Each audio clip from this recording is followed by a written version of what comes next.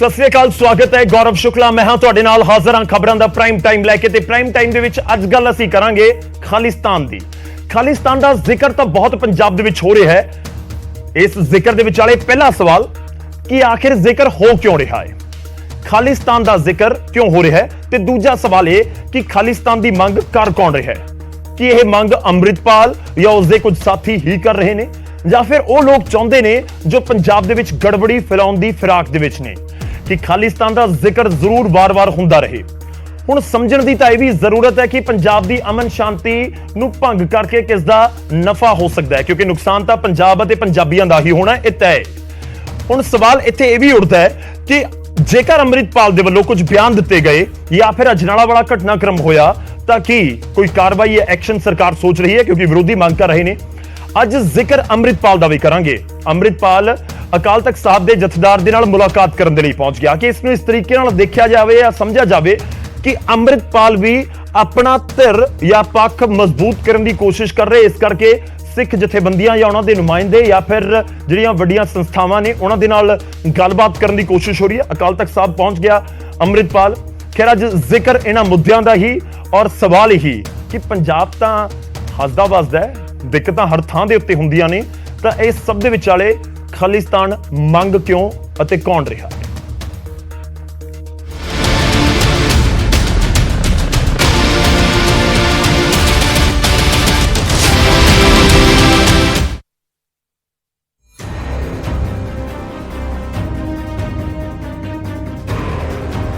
अपने जथे नाल श्री दरबार साहब नतमस्तक होने पहुंचे अमृतपाल सिंह नूं मत्था टेकण तो पहला ही मीडिया ने सवालों के घेरे विच ले लिया। एजेंसियां वालों जान नूं खतरा दसे जाण दे इनपुट से अमृतपाल सिंह ने कहा कि उन्हां दी जान नूं इन्हां एजेंसियां तो ही खतरा है। जिसका साहिब डाडा हो तो मार ना सके कोई, जिहदा साहिब डाडा है जिन्ना चिर सतगुर ने सवास लिखे उन्हें पूरे करने हैं। सो मैनूं लगदा इन्हां गल्लां दी फिक्र सदों सतगुर नूं हैगी है। जान नूं खतरा जिहड़ी एजेंसियां कहिंदियां उन्हां दा ही खतरा हो सकदा, सानूं होर किसी ने सानूं की करना।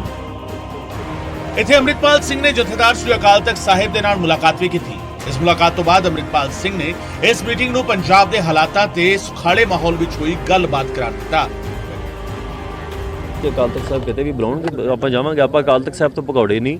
हाँ ये जरूर है भी असीं सिद्धांतक तौर ते जे सानूं कोई गलत साबित कर देवे ते असीं नीवें होण नूं तैयार हैं, पर वो सानूं सतगुर ते भरोसा है। गुरु साहब पक्ष ही रहेगा कि तुसीं जो पक्ष जो देखो मर्यादा के तहत जो कुछ है वो पिछे साडे कोल इतिहासक हवाले ने, संत करतार सिंह तो लैके वर्ल्ड वारां दे विच जो कुछ होया सारे साडे कोल हवाले ने। सो इस करके असीं अपना पक्ष रखांगे, वो अपना रखणगे।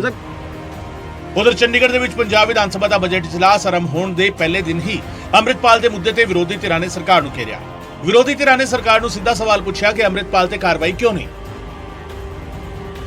पुलिस बाहां खड़ियां करके भज रही है। टोटली मेरा ख्याल इन्नी निखिध सरकार जिदन दा देश आजाद होया मैं तो पहली वेखी। Most weak chief minister, weak need, कोई पॉलिसी है नहीं। देखो लॉ एंड ऑर्डर तो मेरा 1 साल तो ही ये सरकार कंट्रोल कर ही नहीं सकी। पिछला तो हुण लंघ गया, हुण तो इन्हां दी वारी आ ना, हुण तो 1 साल हो गया। सो इसलिए हुण तो लोग इस सरकार नूं देखदे आ, इन्हां नूं आपदी कारगुजारी दिखाउणी पैणी आ। हुण कल्ले दूजियां ते मड़ के गल चलनी नहीं हैगी। और अगर कोई ऐसा अलर्ट आया, क्योंकि बहुत सारे अंतरराष्ट्रीय ताकतां जिहड़ियां ने एजेंसियां ने वो पंजाब दे अंदर माहौल खराब करना चाहदियां ने और हिंदुस्तान दी तरक्की, हिंदुस्तान नूं ताकतवर हुंदा नहीं देखना चाहदियां, ते ਉਹਦੇ ਲਈ अलर्ट भी आया। और ਮੈਨੂੰ लगता है कि सरकार ਨੂੰ ਉਹਨਾਂ ਨੂੰ ਵੀ ਸੁਰੱਖਿਆ ਦੇਣੀ ਚਾਹੀਦੀ ਹੈ, ਪਰ ਉਹਨਾਂ ਤੇ ਕਾਰਵਾਈ ਵੀ ਕਰਨੀ ਚਾਹੀਦੀ। ਜਦੋਂ ਕਿ ਸਰਕਾਰ ਨੇ ਦਾਅਵਾ ਕੀਤਾ ਕਿ ਪੰਜਾਬ ਦੇ ਹਾਲਾਤ ਵਿਗਾੜਨ ਦੀ ਕੋਸ਼ਿਸ਼ ਕਰਨ ਵਾਲੇ ਕਿਸੇ ਵੀ ਸ਼ਖਸ ਨੂੰ ਬਖਸ਼ਿਆ ਨਹੀਂ ਜਾਵੇਗਾ। ਚਾਹੇ ਕੋਈ ਅਮਰਤਪਾਲ ਹੈ ਤੇ ਚਾਹੇ ਕੋਈ ਹੋਰ ਹੈ, ਜਿਹੜਾ ਵੀ ਕੋਈ ਐਲੀਮੈਂਟ ਪੰਜਾਬ ਦੇ ਅਮਨ ਸ਼ਾਂਤੀ ਨੂੰ ਭੰਗ ਕਰਨ ਦੀ ਕੋਸ਼ਿਸ਼ ਕਰੂਗਾ ਉਹਦੇ ਖਿਲਾਫ ਸਖਤ ਕਾਰਵਾਈ ਹੋਊਗੀ। ਸਰਕਾਰ ਪੂਰੀ ਤਰ੍ਹਾਂ ਤਿਆਰ ਹੈ। ਸੋ ਕੁੱਲ ਮਿਲਾ ਕੇ ਅੰਮ੍ਰਿਤਸਰ ਤੋਂ ਚੰਡੀਗੜ੍ਹ ਤੱਕ ਅਮਰਿਤਪਾਲ ਸਿੰਘ ਦੇ ਨਾਂ ਤੇ ਚਰਚਾ ਦਾ ਦੌਰ ਸ਼ੁਰੂ ਹੋ ਚੁੱਕਾ ਹੈ ਅਤੇ ਆਉਂਦੇ ਦਿਨਾਂ ਦੇ ਵਿੱਚ ਕੀ ਰੁਖ ਅਖਤਿਆਰ ਕਰਦਾ ਹੈ ਇਹ ਵੇਖਣਾ ਹੋਵੇਗਾ। ਅੰਮ੍ਰਿਤਸਰ ਤੋਂ ਰਾਜੀਵ ਸ਼ਰਮਾ ਤੇ ਚੰਡੀਗੜ੍ਹ ਤੋਂ ਪੰਕਜ ਕਪਾਹੀ ਦੇ ਨਾਲ ਨਪਿੰਦਰ ਬਰਾੜ ਦੀ ਰਿਪੋਰਟ, ਨਿਊਜ਼ 18 ਪੰਜਾਬ।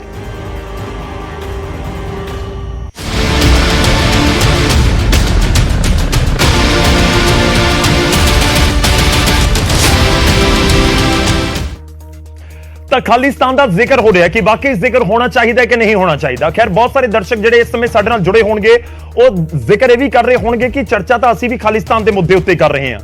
ਅਸੀਂ ਚਰਚਾ ਦੀ ਸ਼ੁਰੂਆਤ ਕਰੀਏ, ਪਰ ਉਸ ਤੋਂ ਪਹਿਲਾਂ ਇੱਕ ਹੋਰ ਬਿਆਨ ਰਾਹੁਲ ਗਾਂਧੀ ਦਾ, ਉਸ ਦਾ ਜ਼ਿਕਰ ਵੀ ਹੋਣਾ ਜ਼ਰੂਰੀ ਹੈ। ਲੰਡਨ ਦੇ ਵਿੱਚ ਰਾਹੁਲ ਗਾਂਧੀ ਨੇ ਇੱਕ ਬਿਆਨ ਦਿੱਤਾ ਜਿਸ ਦੇ ਨਾਲ ਸਿਆਸੀ ਘਮਸਾਨ ਛਿੜਿਆ ਹੈ। ਕੈਂਬਰਿਜ ਯੂਨੀਵਰਸਿਟੀ ਦੇ ਵਿੱਚ ਰਾਹੁਲ ਦੇ ਵੱਲੋਂ ਪ੍ਰਧਾਨ ਮੰਤਰੀ ਮੋਦੀ ਦੇ ਉੱਤੇ ਸਿੱਧਾ ਹਮਲਾ ਬੋਲਿਆ ਗਿਆ ਤੇ ਉਹਨਾਂ ਨੇ ਕਿਹਾ ਕਿ ਸਿੱਖਾਂ ਅਤੇ ਮੁਸਲਮਾਨਾਂ ਨੂੰ ਭਾਰਤ ਦਾ ਨਹੀਂ ਮੰਨਦੇ ਪ੍ਰਧਾਨ ਮੰਤਰੀ, ਸਿੱਖਾਂ ਮੁਸਲਮਾਨਾਂ ਨੂੰ ਸੈਕੰਡ ਕਲਾਸ ਸਮਝਦੇ ਨੇ ਪ੍ਰਧਾਨ ਮੰਤਰੀ। ਇਸ ਤਰੀਕੇ ਦੀ ਸਟੇਟਮੈਂਟ ਹੈ। ਰਾਹੁਲ ਗਾਂਧੀ ਕੀ ਕਹਿ ਰਹੇ ਨੇ ਉਹ ਤੁਹਾਨੂੰ ਸੁਣਾਉਂਦੇ ਹਾਂ। That Indians go out, because in my view Narendra Modi is destroying the architecture of India. So I'm not too bothered about 2 or 3 good policies that he's doing if he's blowing my country to smithereens or our country to smithereens, right? And I think that's what he's doing. I think he is imposing an idea on India that India cannot absorb, right? India, as I said, is a union of states. It's a negotiation, and if you try to force one idea on a union, it'll react, right? I mean, I've got a Sikh gentleman sitting here, right? He's from the Sikh religion. You come from India? He comes from India, right? We've got Muslims in India. We've got Christians in India. We've got different languages in India, right? They're all India. Mr. Narendra Modi says he's not. Mr. Narendra Modi says he's a second class citizen in India, right? I don't. ਤਾਂ ਰਾਹੁਲ ਗਾਂਧੀ ਦੀ ਇਹ statement ਖੂਬ ਚਰਚਾ ਦੇ ਵਿੱਚ ਹੈ। ਇੱਕ ਹੋਰ ਬਿਆਨ ਹੈ, ਉਸ ਤੋਂ ਬਾਅਦ ਅਸੀਂ ਚਰਚਾ ਦੀ ਸ਼ੁਰੂਆਤ ਕਰਾਂਗੇ। ਚਰਚਾ ਦੇ ਵਿੱਚ ਉਹ ਬਿਆਨ ਇਸ ਕਰਕੇ ਵੀ ਜ਼ਰੂਰੀ ਹੈ ਕਿਉਂਕਿ ਅੰਮ੍ਰਿਤਪਾਲ ਸਿੰਘ ਦੇ ਉੱਤੇ ਦਿੱਤਾ ਗਿਆ ਹੈ। ਰੀਨਾ ਰਾਏ ਦੀਪ ਸਿੱਧੂ ਦੀ ਗਰਲਫ੍ਰੈਂਡ ਤੇ ਉਹਨਾਂ ਨੇ ਨਿਊਜ਼ 18 ਦੇ ਨਾਲ ਗੱਲਬਾਤ ਕੀਤੀ ਤੇ ਉਸ ਦੇ ਵਿੱਚ ਉਹ ਅੰਮ੍ਰਿਤਪਾਲ ਨੂੰ ਚੈਲੰਜ ਵੀ ਕਰਦੇ ਨਜ਼ਰ ਆਏ ਤੇ ਇਹ ਵੀ ਕਿਹਾ ਕਿ ਜੋ ਅੰਮ੍ਰਿਤਪਾਲ ਦੀ ਸੋਚ ਹੈ ਦੀਪ ਸਿੱਧੂ ਦੀ ਸੋਚ ਉਸ ਤੋਂ ਬਿਲਕੁਲ ਵੱਖਰੀ ਸੀ। ਬਿਕਾਜ਼ ਹੁਣ ਤੁਸੀਂ ਸੋਚੋ ਇਹਨਾਂ ਨੂੰ ਸਿੱਖੀ ਦੇ ਬਾਰੇ ਜਾਂ ਗੁਰੂਆਂ ਦੇ ਬਾਰੇ ਜਾਂ ਹਿਸਟਰੀ ਦੇ ਬਾਰੇ ਪਤਾ ਤੇ ਉਹ ਸ਼ਹੀਦ ਹੁੰਦਾ। ਹੁਣ ਦੀਪ ਦੀ ਐਕਸੀਡੈਂਟ ਹੋਇਆ, ਉਹ ਕੋਈ ਆਪਸ਼ਨ ਨਹੀਂ ਸੀ, ਚੋਇਸ ਨਹੀਂ ਸੀ। ਮੈਂ ਸਾਰਿਆਂ ਨੂੰ ਕਹਿੰਦੀ ਹਾਂ, ਮੈਂ ਸੰਗਤ ਨੂੰ ਵੀ ਕਹਿੰਦੀ ਹਾਂ, ਮੈਂ ਮਨਦੀਪ ਨੂੰ ਵੀ ਕਹਿੰਦੀ ਹਾਂ, ਮੈਂ ਵਾਰਿਸ ਪੰਜਾਬ ਨੂੰ ਵੀ ਕਹਿੰਦੀ ਹਾਂ ਕਿ ਤੁਸੀਂ ਆ ਕੇ ਇਕੱਠੇ ਹੋ ਕੇ ਅਸੀਂ ਗੱਲ ਕਰ ਸਕਦੇ ਹਾਂ। ਇਹ ਨੈਰੇਟਿਵ ਤੁਸੀਂ ਸੱਚ ਤੇ ਦੱਸ ਸਕਦੇ ਹਾਂ। ਤੁਸੀਂ ਚਾਹੁੰਦੇ ਹੋ ਕਿ ਇਹ ਸੱਚ ਦੱਸਿਆ ਜਾਵੇ ਕਿ ਦੀਪ ਸਿੱਧੂ ਐਕਸੀਡੈਂਟ ਦੇ ਵਿੱਚ ਉਸਦੀ ਮੌਤ ਹੋਈ, ਕਤਲ ਨਹੀਂ ਸੀ, ਸ਼ਹੀਦ ਨਹੀਂ ਆ ਤੁਸੀਂ ਕਹਿੰਦੇ ਹੋ? ਯਾ ਠੀਕ ਆ।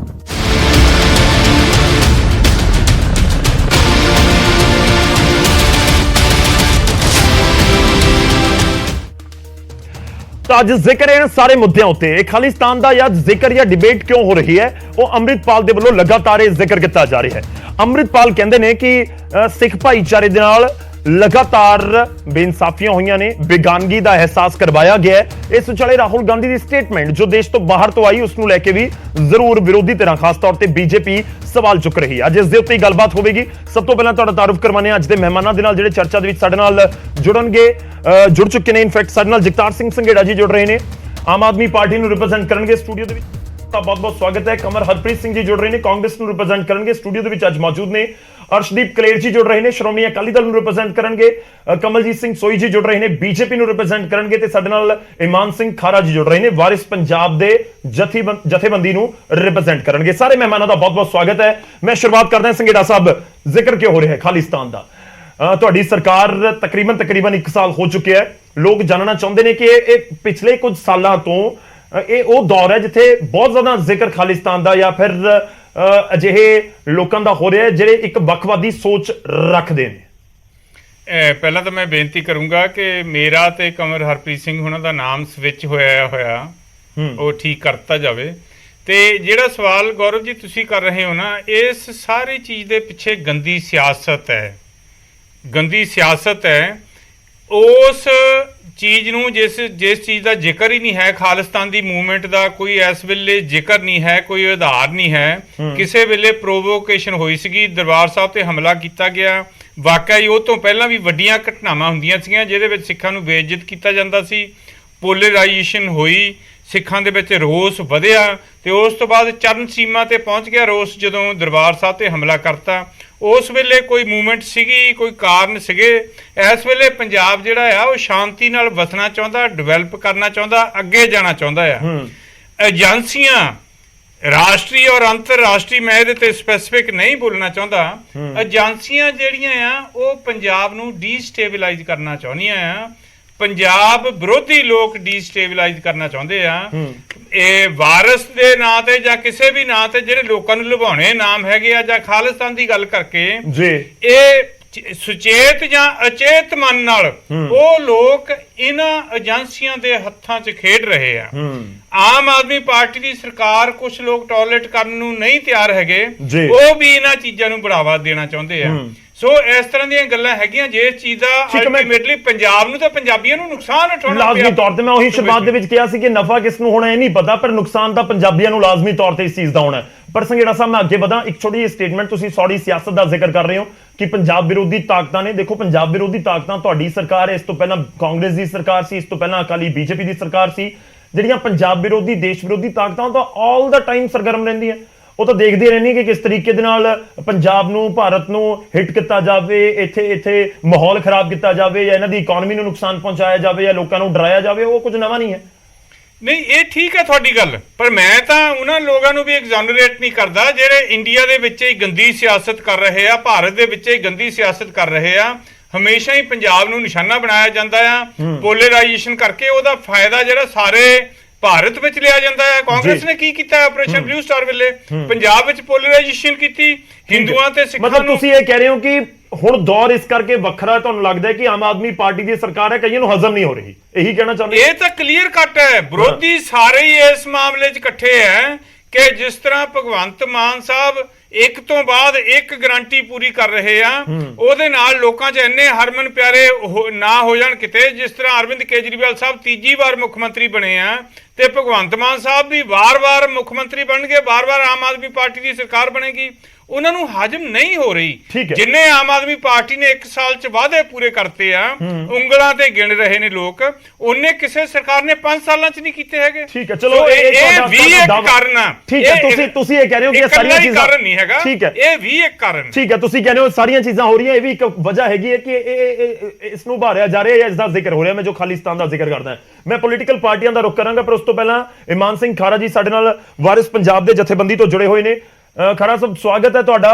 ਦੇਖੋ, ਮੈਂ ਪੋਲੀਟੀਕਲ ਪਾਰਟੀਆਂ ਦੇ ਰਿਐਕਸ਼ਨਸ ਦੇ ਉੱਤੇ ਜਾਵਾਂ, ਪਰ ਉਸ ਤੋਂ ਪਹਿਲਾਂ ਆਮ ਆਦਮੀ ਪਾਰਟੀ ਇੱਕ ਜ਼ਿਕਰ ਕਰ ਗਈ। ਸੰਘੇੜਾ ਸਾਹਿਬ ਕਹਿੰਦੇ ਕਿ ਕੁਝ ਜਿਹੜੇ ਵਾਰਿਸ ਪੰਜਾਬ ਦੇ ਵੱਡੇ ਜਾਂ ਲੋਕ ਲੁਭਾਵਣੇ ਨਾਮ ਰੱਖ ਕੇ ਇਸ ਸਮੇਂ ਜਾਂ ਤਾਂ ਉਹ ਸੁਚੇਤ ਮਨ ਦੇ ਨਾਲ ਜਾਂ ਅਚੇਤ ਮਨ ਦੇ ਨਾਲ ਏਜੰਸੀਆਂ ਦੇ ਹੱਥਾਂ ਦੇ ਵਿੱਚ ਖੇਡ ਰਹੇ ਆ। ਹੁਣ ਏਜੰਸੀਆਂ ਭਾਰਤ ਦੀਆਂ ਨੇ, ਏਜੰਸੀਆਂ ਦੇਸ਼ ਤੋਂ ਬਾਹਰ ਦੀਆਂ ਨੇ, ਉਹ ਕਿਹੜੀਆਂ ਏਜੰਸੀਆਂ, ਉਹ ਇੱਕ ਜਾਂਚ ਦਾ ਵਿਸ਼ਾ ਜ਼ਰੂਰ ਹੈਗਾ, ਪਰ ਉਹਨਾਂ ਦਾ ਸਿੱਧਾ ਇਹ ਇਲਜ਼ਾਮ ਤੁਸੀਂ ਕਹਿ ਸਕਦੇ ਹੋ ਕਿ ਏਜੰਸੀਆਂ ਦੇ ਹੱਥਾਂ 'ਚ ਖੇਡ ਰਹੇ ਆ ਕਿ ਸ਼ਾਇਦ ਇਹਨਾਂ ਨੂੰ ਖੁਦ ਨੂੰ ਨਹੀਂ ਪਤਾ ਲੱਗ ਰਿਹਾ।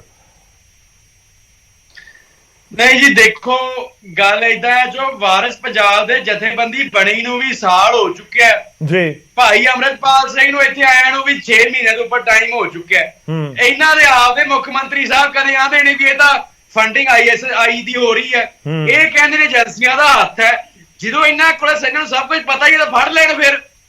ਫਿਰ ਜੇ ਇਹਨਾਂ ਕੋਲੇ ਸਾਰਾ ਤੰਤਰ ਹੈ, ਇਹਨਾਂ ਕੋਲੇ CI ਸਟਾਫ ਹੈ, CID ਹੈ, ਸਟੇਟ ਦੀਆਂ ਸਾਰੀਆਂ ਇਹਨਾਂ ਕੋਲੇ ਏਜੰਸੀਆਂ ਨੇ, ਸੈਂਟਰ ਦੀ ਰॉ ਏਜੰਸੀ ਹੈ ਇਹਨਾਂ ਕੋਲ, ਇੰਟੈਲੀਜੈਂਸ ਬਿਊਰੋ ਹੈ, IB ਹੈ, ਫਿਰ ਕਰ ਲੈਣ ਕੁਝ।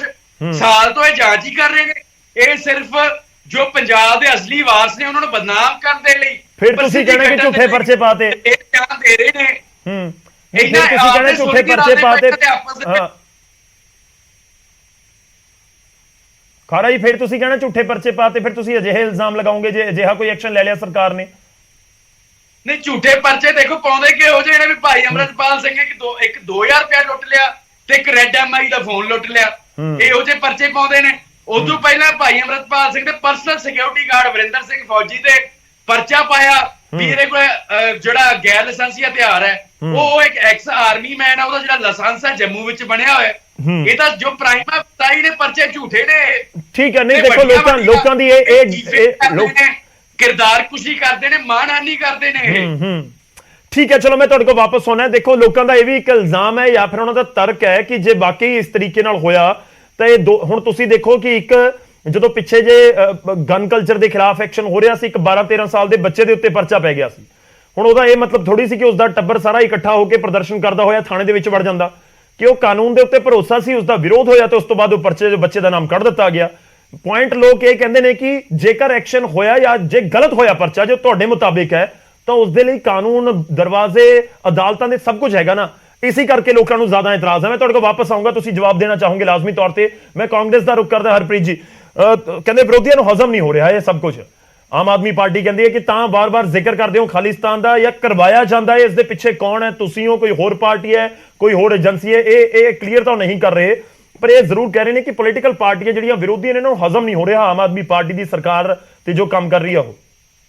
ਮੈਂ ਗੌਰਵ ਜੀ ਇੱਕ ਗੱਲ ਕਹਾਂ ਸ਼ੁਰੂਆਤ ਦੇ ਵਿੱਚ ਕਿ ਇਹ ਜਿਹੜੀ ਅੱਜ ਦੀ ਡਿਬੇਟ ਹੈ ਨਾ, ਇਹ ਬੜੇ ਸੰਜੀਦਾ ਮੁੱਦੇ ਤੇ ਹੋ ਰਹੀ ਹੈ। ਮੈਂ ਸਮਝਦਾ ਇਹਦੇ ਵਿੱਚ ਰਾਜਨੀਤੀ ਨਾ ਕਰਕੇ ਤੇ ਜੇਕਰ ਆਪਾਂ ਕੋਈ ਸਾਰਥਕ ਚਰਚਾ ਕਰੀਏ ਤੇ ਸ਼ਾਇਦ ਲੋਕਾਂ ਨੂੰ ਕੋਈ ਚੰਗਾ ਸੁਨੇਹਾ ਜਾਵੇ। ਠੀਕ ਹੈ, ਤੁਹਾਡਾ ਵੈਲਿਡ ਪੁਆਇੰਟ। ਮੈਂ ਛੋਟੀ ਜਿਹੀ ਗੱਲ ਐਡ ਕਰ ਦਵਾਂ, ਤੁਸੀਂ ਉਸ ਤੇ ਜਵਾਬ ਦਿਓ। ਪਰ ਤੁਹਾਨੂੰ ਲੱਗਦਾ ਹੈ ਕਿ ਅਜਿਹੀਆਂ ਚੀਜ਼ਾਂ ਦੇ ਪਿੱਛੇ ਸਿਆਸਤ ਨਹੀਂ ਹੁੰਦੀ? ਮੈਂ ਉਹੀ ਕਹਿਣਾ ਚਾਹ ਰਿਹਾ ਸੀ, ਸਿਆਸਤ ਹੁੰਦੀ ਹੈ ਲੇਕਿਨ ਹੋਣੀ ਨਹੀਂ ਚਾਹੀਦੀ। ਆਓ ਮੇਰੇ ਨਾਲ ਇੱਥੇ ਬੈਠੇ ਸੰਘੇੜਾ ਸਾਹਿਬ, ਇਹਨਾਂ ਨੂੰ ਹਰ ਥਾਂ ਕੋਈ ਮੌਕਾ ਨਹੀਂ ਛੱਡਦੇ। ਪ੍ਰਚਾਰ ਆਪਣੀ ਪਾਰਟੀ ਦਾ ਪ੍ਰਚਾਰ, ਇਹ ਕਰ ਰਹੇ ਆ ਉਹ ਕਰ ਰਹੇ ਆ।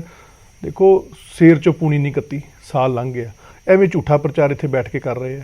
ਮੈਂ ਤੁਹਾਨੂੰ ਇੱਕ ਗੱਲ ਦੱਸਾਂ, ਮੁੱਦਾ ਕੀ ਹੈ, ਗੱਲਾਂ ਕੀ ਹੋ ਰਹੀਆਂ, ਅਸਲੀਅਤ ਦੇ ਵਿੱਚ ਜੋ ਹੋਣਾ ਚਾਹੀਦਾ ਜਾਂ ਜੋ ਅੱਜ ਆਪਾਂ ਨੂੰ ਗੱਲ ਕਰਨੀ ਚਾਹੀਦੀ ਹੈ ਉਹ ਇਹ ਕਿ ਜੋ ਮਾਹੌਲ ਬਣ ਰਿਹਾ, ਜਿੱਧਰ ਨੂੰ ਆਪਾਂ ਜਾ ਰਹੇ ਹਾਂ, ਇਹਦੇ ਪਿੱਛੇ ਕਾਰਨ ਕੀ ਹੈ, ਇਸ ਤੋਂ ਬਚਿਆ ਕਿਵੇਂ ਜਾ ਸਕਦਾ। ਬਸ ਮੁੱਦਾ ਇਸ ਗੱਲ ਦਾ ਹੈ ਕਿ ਜਿਹੜਾ ਇਹ ਅੰਮ੍ਰਿਤਪਾਲ ਸਿੰਘ ਦਾ ਮੁੱਦਾ ਹੈ, ਜਿਹੜਾ ਵਿਸ਼ਾ ਹੈ, ਜੋ ਇਨਸਾਨ ਇਹ ਗੱਲ ਕਹਿੰਦਾ ਹੈ ਕਿ ਮੈਂ ਆਪਣੇ ਆਪ ਨੂੰ ਇਸ ਦੇਸ਼ ਦਾ ਨਾਗਰਿਕ ਹੀ ਨਹੀਂ ਮੰਨਦਾ, ਉਸ ਵਿਅਕਤੀ ਦੀ ਸੋਚ ਦਾ ਤਾਂ ਉੱਥੋਂ ਹੀ ਪਤਾ ਲੱਗ ਜਾਂਦਾ ਹੈ, ਔਰ ਉਸ ਵਿਅਕਤੀ ਦੇ ਮਨਸੂਬੇ ਕੀ ਹੋ ਸਕਦੇ ਨੇ ਇਹਦਾ ਵੀ ਅੰਦਾਜ਼ਾ ਹੋ ਜਾਂਦਾ ਹੈ।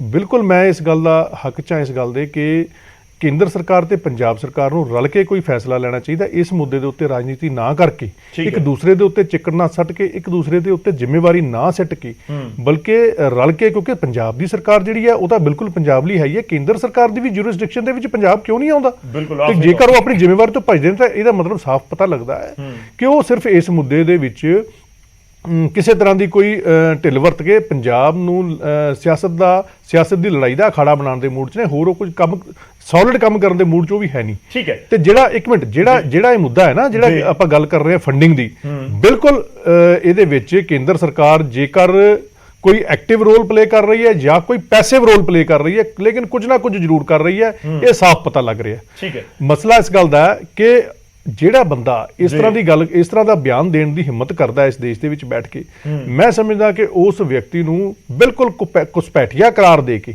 ਤੇ ਉਸ ਦੇ ਉੱਤੇ ਕਾਰਵਾਈ ਕੀਤੀ ਜਾਣੀ ਚਾਹੀਦੀ ਹੈ। ਔਰ ਉਹ ਇਸ ਦੇਸ਼ ਦੇ ਵਿੱਚ ਕਿਸ ਮਨਸੂਬੇ ਨਾਲ ਵਿਚਰ ਰਿਹਾ, ਜੇ ਉਹ ਇਸ ਦੇਸ਼ ਦਾ ਨਾਗਰਿਕ ਹੀ ਨਹੀਂ ਮੰਨਦਾ ਆਪਣੇ ਆਪ ਨੂੰ, ਤਾਂ ਕੀ ਮਨਸੂਬੇ ਨੇ, ਇਹਦੇ ਬਾਰੇ ਬਿਲਕੁਲ ਜਾਂਚ ਹੋਣੀ ਚਾਹੀਦੀ ਹੈ। ਔਰ ਲੋਕਾਂ ਨੂੰ ਪਤਾ ਲੱਗਣਾ ਚਾਹੀਦਾ ਕਿ ਉਹਦੇ ਪਿੱਛੇ ਕਿਹੜੀਆਂ ਤਾਕਤਾਂ, ਚਾਹੇ ਦੇਸ਼ 'ਚ ਬੈਠੀਆਂ ਚਾਹੇ ਵਿਦੇਸ਼ 'ਚ ਬੈਠੀਆਂ। ਤੁਸੀਂ ਇਹ ਕਹਿ ਰਹੇ ਹੋ ਕਿ ਐਕਸ਼ਨ ਹੋਣਾ ਚਾਹੀਦਾ। ਮੈਂ ਤੁਹਾਡੇ ਕੋਲ ਵਾਪਸ ਆਉਣਾ। ਮੈਂ ਸੋਈ ਸਾਹਿਬ ਤੇ ਇੱਕ ਵਾਰੀ ਕਲੀਅਰ ਜੀ ਦਾ ਰੁਖ ਕਰਾਂ। ਸੋਈ ਸਾਹਿਬ, ਦੇਖੋ ਇੰਟਰਨੈਸ਼ਨਲ ਲੈਵਲ ਦੇ ਉੱਤੇ ਇਹ ਗੱਲ ਹੋ ਰਹੀ ਹੈ, ਨਾ ਸਿਰਫ ਅੰਮ੍ਰਿਤਪਾਲ ਦੀ ਬਲਕਿ ਰਾਹੁਲ ਗਾਂਧੀ ਬ੍ਰਿਟਨ ਦੇ ਵਿੱਚ ਜਾ ਕੇ ਵੀ ਉਹ ਸਟੇਟਮੈਂਟ ਦਿੰਦੇ ਨੇ। ਸੈਕੰਡ ਕਲਾਸ ਦੱਸਿਆ ਜਾਂਦਾ ਹੈ।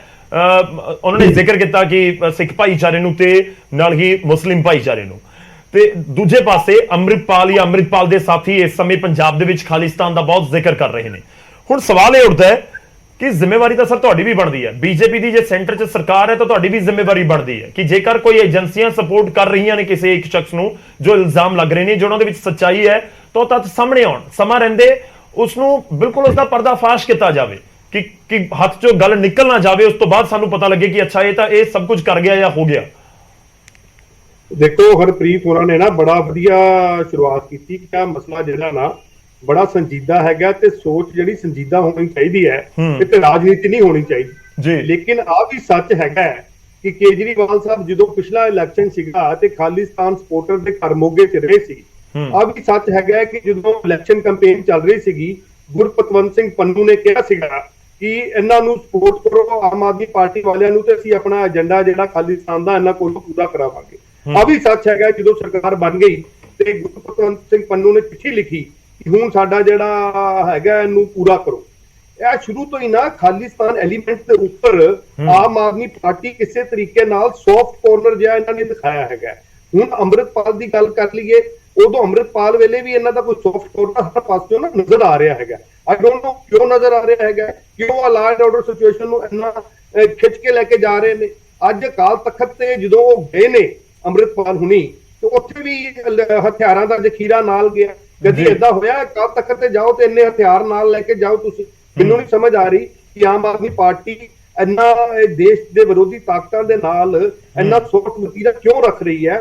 ਉਸ ਤੋਂ ਇਲਾਵਾ ਜੇ ਅਸੀਂ ਗੱਲ ਕਰੀਏ ਵੀ ਖਾਲੀ ਰਾਹੁਲ ਗਾਂਧੀ ਹੋਣਾ ਦੀ ਤੇ ਜੋ ਸਿੱਖਾਂ ਦੇ ਨਾਲ ਪਿਛਲੇ 7-8 ਵਰਿਆਂ 'ਚ ਮੋਦੀ ਸਰਕਾਰ ਨੇ ਕੀਤਾ ਹੈ, ਮੈਨੂੰ ਨਹੀਂ ਲੱਗਦਾ ਕਿ ਕਿਸੇ ਵੀ ਸਰਕਾਰ ਨੇ ਕੀਤਾ ਹੈ। ਚਾਹੇ ਕਰਤਾਰਪੁਰ ਦਾ ਲਾਂਘਾ ਖੋਲਣਾ ਹੋਵੇ, ਚਾਹੇ 550 ਸਾਲਾ ਗੁਰੂ ਨਾਨਕ ਸਾਹਿਬ ਦਾ ਮਨਾਉਣਾ ਹੋਵੇ, ਚਾਹੇ 400 ਸਾਲਾ ਗੁਰੂ ਤੇਗ ਬਹਾਦਰ ਸਾਹਿਬ ਦਾ ਮਨਾਉਣਾ ਹੋਵੇ, ਚਾਹੇ ਖੁੱਲੇ ਖਜ਼ਾਨੇ ਖੋਲਣੇ ਹੋਣ 550 ਸਾਲਾਂ ਦੇ ਵਿੱਚ। ਦੇਖੋ ਇਸ ਵਕਤ ਸਿੱਖ ਤੇਸ਼ੀ ਸਰਕਾਰ ਹਿੰਦੁਸਤਾਨ ਦੇ ਵਿੱਚ ਕੰਮ ਕਰ ਰਹੀ ਹੈ ਤੇ ਜਿਹੜੀ ਪੰਜਾਬ ਦੇ ਵੀ ਬੜੀ ਕਲੋਜ਼ਲੀ ਨਿਗਾਹ ਰੱਖ ਰਹੀ ਹੈ। ਜੇ ਅਮਿਤ ਸ਼ਾਹ ਉਹਨਾਂ ਨਾਲ ਗੱਲ ਹੋਈ ਭਗਵੰਤ ਮਾਨ ਮੁੱਖ ਮੰਤਰੀ ਸਾਹਿਬ ਦੀ, ਤੇ ਉਹਨਾਂ ਨੇ ਮਦਦ ਮੰਗੀ ਤੇ ਸੀਆਰਪੀਐਫ ਦੀ ਤੇ ਆਰਪੀਐਫ ਦੀ ਜਿਹੜੀ ਕੋਈ ਲਾਅ ਐਂਡ ਆਰਡਰ ਸਿਚੁਏਸ਼ਨ ਦਾ ਕੋਈ ਕੰਟਰੋਲ ਨਹੀਂ ਹੋ ਰਹੀ ਤੇ ਉਸ ਤਰੀਕੇ ਨਾਲ ਉਹਨਾਂ ਨੇ ਮਦਦ ਵੀ ਦਿੱਤੀ। ਗੌਰਵ ਜੀ, ਆ ਫ੍ਰਿੰਜ ਐਲੀਮੈਂਟਸ ਨੇ, ਇਹਨਾਂ ਨੂੰ ਰੋਕਣਾ ਪੰਜਾਬ ਸਰਕਾਰ ਦਾ, ਕਿਉਂਕਿ ਫੈਡਰਲ ਸਟਰਕਚਰ ਹੈਗਾ, ਪੰਜਾਬ ਸਰਕਾਰ ਨੂੰ ਰੋਕਣਾ ਚਾਹੀਦਾ ਸੀਗਾ। ਏਦਾਂ ਦੀਆਂ ਵੌਇਸਿਸ ਜਿਹੜੀਆਂ ਦੇਸ਼ ਦੇ ਖਿਲਾਫ ਜਾਂਦੀਆਂ ਨੇ, ਸੰਵਿਧਾਨ ਦੇ ਖਿਲਾਫ ਜਾਂਦੀਆਂ ਨੇ, ਐਨਾਰਕਿਜ਼ਮ ਨੂੰ ਬੜਾਵਾ ਦਿੰਦੀਆਂ ਨੇ, ਉਹ ਸਾਨੂੰ ਰੋਕਣੀਆਂ ਪੈਣਗੀਆਂ ਤਾਂ ਕਿ ਉਹ ਮਾਹੌਲ ਵੇਖੀਏ ਜੋ 84 ਚ ਹੋਇਆ ਤੇ ਜੋ 90 ਚ ਹੋਇਆ। ਰਾਜਨੀਤੀ ਨਹੀਂ ਕਰਨਾ ਚਾਹੁੰਦੇ, ਚਲਿਏ ਜੋ ਉਦੋਂ ਹੋਇਆ ਹੁਣ ਉਹ ਮਾਹੌਲ ਜਿਹੜਾ ਮਾਵਾਂ ਦੇ ਪੁੱਤ ਮਰ ਕੇ 40-45 ਹਜ਼ਾਰ ਜਿਹੜੇ ਮਾਸੂਮ ਲੋਕ ਜਿਹੜੇ ਉਦੋਂ ਮਾਰੇ ਗਏ, ਤੇ ਅੱਜ ਹੁਣ ਜੇ ਸਾਡੇ ਧਰਮ ਸਥਲਾਂ ਤੇ ਹਮਲੇ ਹੋਏ, ਅੱਜ ਉਹ ਸਿਚੁਏਸ਼ਨ ਨੂੰ ਕਿਸੇ ਤਰ੍ਹਾਂ ਸਾਨੂੰ ਅਵੋਇਡ ਕਰਨਾ ਪੈਣਾ ਹੈਗਾ। ਤੇ ਪੰਜਾਬ ਸਰਕਾਰ ਨੂੰ ਰਿਕੁਐਸਟ ਵੀ ਹੈ, ਹੱਥ ਜੋੜ ਕੇ ਬੇਨਤੀ ਵੀ ਹੈ ਕਿ ਉਹ ਸਿਚੁਏਸ਼ਨ ਨੂੰ ਪੈਦਾ ਨਾ ਹੋਣ ਦਿਓ, ਕਿਉਂਕਿ ਇਹਦੇ ਪਿੱਛੇ ਰਾਜਨੀਤੀ ਹਮੇਸ਼ਾ ਹੀ ਗੌਰਵ ਦੀ ਹੁੰਦੀ ਰਹੀ ਹੈ। ਮੈਂ ਤੁਹਾਨੂੰ ਐਗਜ਼ਾਮਪਲ ਦਿੰਦਾ, ਜਦੋਂ ਪਹਿਲਾਂ ਕਾਂਗਰਸ ਨੇ ਸੰਤ ਫਤਿਹ ਸਿੰਘ ਨੂੰ ਖੜਾ ਕੀਤਾ ਸੀਗਾ ਮਾਸਟਰ ਤਾਰਾ ਸਿੰਘ ਦੇ ਖਿਲਾਫ, ਉਦੋਂ ਹੀ ਸੰਤ ਜਰਨੈਲ ਸਿੰਘ ਭਿੰਡਰਾਂਵਾਲੇ ਉਹਨੂੰ ਖੜਾ ਕੀਤਾ ਗਿਆ ਸੀਗਾ ਦਰਬਾਰਾ ਸਿੰਘ ਖਿਲਾਫ। ਤੇ ਉਹ ਰਾਜਨੀਤੀ ਕਿਤੇ ਹੁਣ ਨਾ ਹੋ ਜੇ। ਇਹਨਾਂ ਦੀ ਆਪਣੀ ਰਾਜਨੀਤੀ ਚ ਨਾ ਭਗਵੰਤ ਮਾਨ ਉਹਨਾਂ ਨੂੰ ਲੱਗਦਾ ਕਿ ਮੇਰੀ ਜਿਹੜੀ ਗੱਦੀ ਹੈ ਉਹ ਖਤਰੇ 'ਚ ਹੈ, ਤੇ ਕੇਜਰੀਵਾਲ ਜਾਂ ਰਾਘਵ ਚੱਡਾ ਜਾਂ ਸੰਜੇ ਸਿੰਘ ਜਿਹੜੇ ਨੇ ਉਹ ਸਰਕਾਰ ਚਲਾਉਣਾ ਚਾਹੁੰਦੇ ਨੇ, ਤੇ ਕਿਸੇ ਉਹ ਰਾਜਨੀਤੀ 'ਚ ਪੰਜਾਬ ਨੂੰ ਕਿਤੇ ਅੱਗ ਨਾ ਲੱਗ ਜਾਵੇ। ਮੇਰੇ ਪੰਜਾਬ ਨੂੰ ਬਚਾਉਣ ਦੀ ਜ਼ਰੂਰਤ ਹੈਗੀ ਹੈ। ਤੁਹਾਨੂੰ ਵੀ ਪੋਲਿਟਿਕਸ ਨਜ਼ਰ ਆ ਰਹੀ ਹੈ। ਦੇਖੋ, ਬਹੁਤ ਸਾਰੇ ਇਲਜ਼ਾਮ ਤੁਹਾਡੇ ਵਾਲੇ ਪਾਸੇ ਲਗਾ ਦਿੱਤੇ ਜਾਂਦੇ ਨੇ, ਤੁਸੀਂ ਸਟੇਟ ਗਵਰਨਮੈਂਟ ਦੇ ਉੱਤੇ ਲਗਾ ਰਹੇ ਹੋ। ਮੈਂ ਤੁਹਾਡੇ ਕੋਲ ਵਾਪਸ ਆਉਂਗਾ, ਇੱਕ ਵਾਰੀ ਮੈਂ ਕਲੇਰ ਸਾਹਿਬ ਦਾ ਰੁਖ ਕਰਦਾ। ਸ਼੍ਰੋਮਣੀ ਅਕਾਲੀ ਦਲ ਨੂੰ ਰਿਪਰੈਜ਼ੈਂਟ ਕਰ ਰਹੇ ਨੇ ਕਲੇਰ ਸਾਹਿਬ, ਸਵਾਗਤ ਹੈ ਤੁਹਾਡਾ। ਸਵਾਲ ਬਹੁਤ ਸਿੱਧਾ ਜਿਹਾ, ਖਾਲਿਸਤਾਨ ਦਾ ਜ਼ਿਕਰ ਕਿਉਂ, ਤੇ ਸਭ ਦੇ ਵਿਚਾਲੇ ਤੁਹਾਨੂੰ ਲੱਗਦਾ ਕਿ ਇੱਕ ਐਕਸ਼ਨ ਹੀ ਬਦਲ ਹੈ ਇਸ ਸਮੇਂ ਦੀ ਚਰਚਾ ਦੇ ਉੱਤੇ, ਜਾਂ ਲੋਕਾਂ ਜਿਨ੍ਹਾਂ ਦੇ ਦਿਮਾਗ ਦੇ ਵਿੱਚ ਪੈਨਿਕ ਹੈ ਉਹਨਾਂ ਨੂੰ ਭਰੋਸਾ ਦੇਣ ਦੇ ਲਈ ਕਿ ਕੋਈ ਦਿੱਕਤ ਨਹੀਂ, ਜਾਂ ਫਿਰ ਕੋਈ ਹੋਰ ਰਾਹ ਵੀ ਨਜ਼ਰ ਆਉਂਦਾ ਹੈ ਕਿ ਵਾਕਈ ਇਸ ਸਮੇਂ ਇਹ ਸਥਿਤੀ, ਕਿਉਂਕਿ ਤੁਹਾਡੇ ਜਿਹੜੇ ਨੁਮਾਇੰਦੇ ਨੇ ਵੱਖ-ਵੱਖ ਉਹਨਾਂ ਨੂੰ ਅਸੀਂ ਸੁਣਿਆ ਤੇ ਉਹ ਲਗਾਤਾਰ ਕਹਿ ਰਹੇ ਨੇ ਕਾਰਵਾਈ ਕਰੋ ਕਾਰਵਾਈ ਕਰੋ। ਦੇਖੋ ਗੌਰਵ ਜੀ, ਇੱਕ ਗੱਲ ਬੜੀ ਸਪਸ਼ਟ ਹੈ ਕਿ ਪੰਜਾਬੀਆਂ ਤੋਂ ਸਿੱਖਾਂ ਤੋਂ ਵੱਡਾ ਕੋਈ ਨੈਸ਼ਨਲਿਸਟ ਨਹੀਂ।